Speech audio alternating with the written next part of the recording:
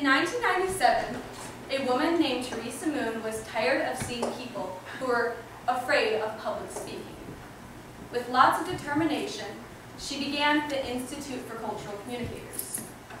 The goal of the Institute is to equip Christians to shape the future through authentic leadership and cultural communication. This mission statement is taught in chapters around the U.S. and is also taught at ICC events like Flood the Fives. Flood the Fives are based on the statistic that only 5% of people are willing and able to pursue the public platform. Our goal is to flood that 5 with Christians.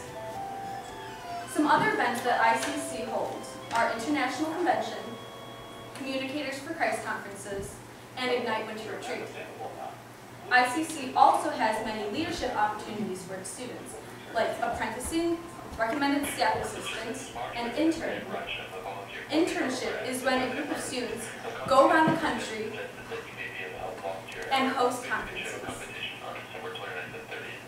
ICC has impacted students nationwide.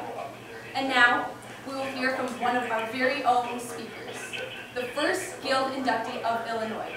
And she has completed over 50 platforms. Please give a warm welcome to Madeleine Marsh.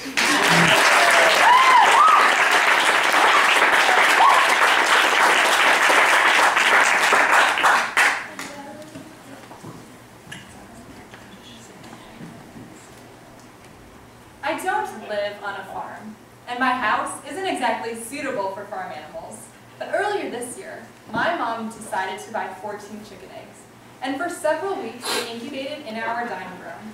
When the eggs started hatching, there was a small chip on the outer shell, and as the hours passed, the chip grew into a crack, and a small wet chick emerged. It had finally entered the outside world, but it couldn't do much until its feathers dried. It tweeted a little and tried moving around. By the end of the day, the chick was dry, its feathers were fluffed, and its beady eyes were open. While the effort of hatching out of the egg was difficult, and it took some time to learn how to walk, the chick managed to accomplish a goal. I was a chick, trying to hatch out of my shell, and the Institute for Cultural Communicators, also known as ICC, allowed me to break out and become a communicator. I am one of Christ's ambassadors. 2.5 years ago, in May 2010, I attended my first Flood the 5 conference, which comes from the statistic that only 5% of Americans are ready and willing to command the public platform. I was very upset that my mom had signed me up because I would have to stand in front of complete strangers to present a 2-minute speech. The day of the conference, on the car ride there, I was very nervous, and I didn't know what to expect. But once I arrived and participated in the activities, I started to enjoy myself.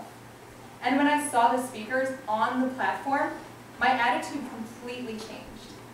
They were all teenagers like me, who were comfortable on stage and skilled at public speaking, and I realized I wanted to be like them. Unfortunately, my excitement did not last long, and after joining my chapter in Illinois and preparing speeches for a few months, I became less enthusiastic and more detached from ICC. All I did was think about the worst possible scenarios of speaking in public, like blinking out in the middle of a speech. I began caring only about myself and thinking what good I would get out of giving speeches. I thought my speeches were pointless, and my enthusiasm vanished. Like all Christians, I faced struggles, and one of these was humility. I wasn't turning to God for guidance, but was relying on myself. Even though I knew deep in my heart that my thoughts and actions were wrong, I made excuses and brushed that inner voice aside. A 1.5 years after joining my chapter, I was ready to quit.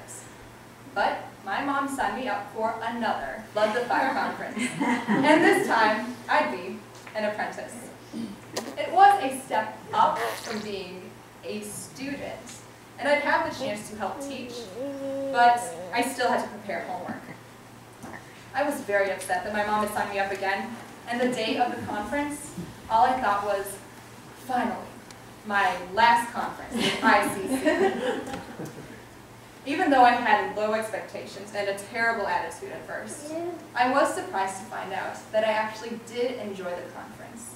Not only did I enjoy it, but after talking to some of the interns there, I was encouraged and inspired to continue on with ICC and even applied to be an intern the following year. And so I continued on with my journey through the Young Speakers Guild, also known as YSG. There are 6 parts to the Young Speakers Guild, and they can be put into a simple formula. P cubed plus R cubed equals YSG. The first step is purpose. What is the reason I'm sharing my message? Am I doing it with others in mind or to make myself look good? Am I striving to be authentic in my communication?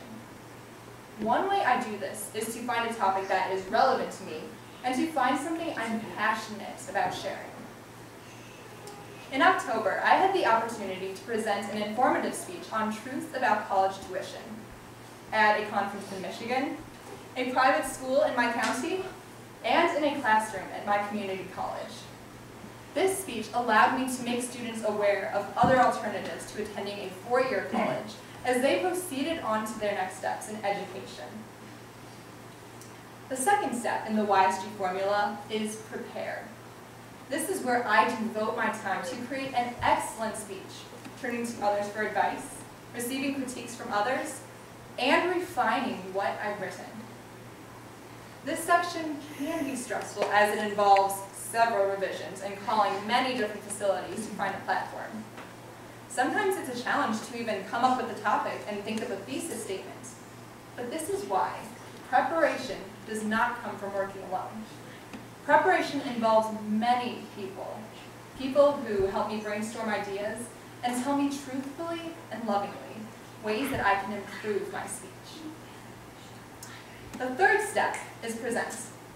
This is where I use my communication skills to effectively present my speech on a platform, which is a location that ICC students speak to an audience to share their speech. This can be anywhere from a school to a library or even a political event. I had the opportunity to speak at a 9/12 Patriots event in February with 6 other students from my chapter, sharing quotes from American presidents and explaining what it means to uphold the Constitution. There were more than 100 people in the audience, and that evening, the Illinois Congressman Joe Walsh was there. Next, we move on to the 3 R's. The fourth step is rate. How did I do? How can I improve? After receiving feedback from others, I learned how to improve future speeches. Since I've regularly started speaking on the public platform, I've learned that there is always room for improvement, and that speeches only continue developing over time. Not only do they become better, my speeches often become ingrained in my mind so that I'm able to present an old speech months after I first gave it. This summer, 3 new ICC chapters started in this area, and I had the opportunity to speak to them about my experience with ICC, as well as share part of an excerpt from one of my old interpretive speeches, St. George and the Dragon.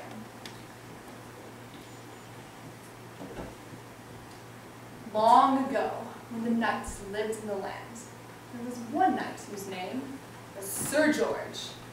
He was not only braver than all the rest, but he was so noble, kind, and good that the people came to call him St. George. No robbers ever dared to trouble the people who lived near his castle, and all the wild animals were killed or driven away, so the little children could play even in the woods without being afraid. One day, St. George rode throughout the country. Everywhere, he saw the men busy at their work in the fields, the women singing at work in their homes, and the little children shouting at their play. These people are all safe and happy. They need me no more. Somewhere, perhaps, there's trouble and fear. Tomorrow I shall ride away and never stop until I find work which only a knight can do. By sharing this short excerpt from St. George and the Dragon, I was able to show new ICC students a possible way of interpreting a speech, as well as letting them know that it takes weeks, even months, to perfect a speech.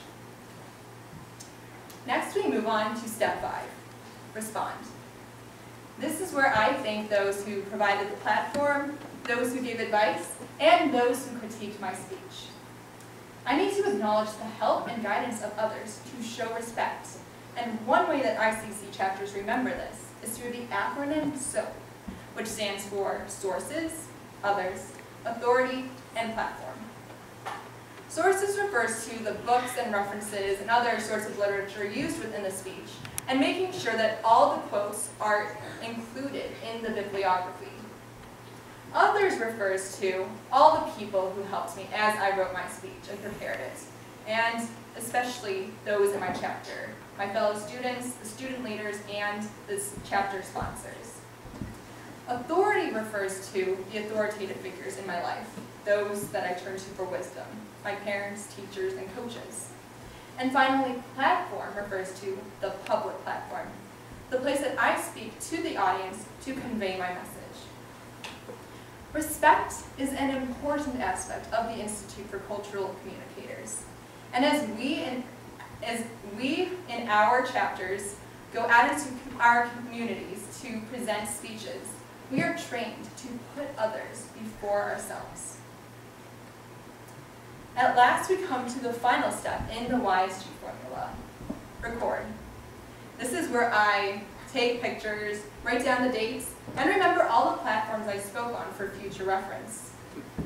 By writing down all the places I've spoken on, I can look back and see the progress I've made and use that to continue improving my communication skills. In addition, having an account of all my platforms allows me to have a sort of speaking resume which I can use as a practical life application, especially in searching for a job or applying to schools. As I look back and see all that I've done, I realize it's been a long process completing the Young Speakers Guild curriculum, but all the hard work and dedication has paid off. ICC has helped me grow in amazing ways, and it's one of the best things that has ever happened to me. As I continue teaching and learning from others, I hope to prepare future leaders in my community by equipping them with the skills I have. 2 Corinthians 5 verse 20 says, "So we are Christ's ambassadors. God is making his appeal through us." This is God's command to Christians through his love and grace. We must reach out to others with humility and share his truth. One ambassador from the Bible is the Apostle Paul. And in Acts 17, we read about how he speaks out against the Athenians worshiping idols. In verses 29 to 34, Paul says, "Therefore, since we are God's offspring, we should not think that the divine being is like gold or silver or stone, an image made by human design and skill. In the past, God overlooked such ignorance, but now he commands all people everywhere to repent. For he has set a day when he will judge the world with justice by the man he has appointed. He has given proof of this to everyone by raising him from the dead." When they heard about the resurrection of the dead, some of them sneered, but others said, "We want to hear you again on this subject." At that, Paul left the council. Some of the people became followers of Paul and believed. Paul received his strength from God and found courage in him to speak against the Athenians' sinful ways. So too do we receive our strength from God. The Institute for Cultural Communicators has taught me many ways to communicate the message of Christ. And as I continue learning from others and going to different communities and platforms, I hope to continue working on my skills. And even though I am still young, I can set an example for others in speech, in conduct, in love, in faith, and in purity. I am one of Christ's ambassadors.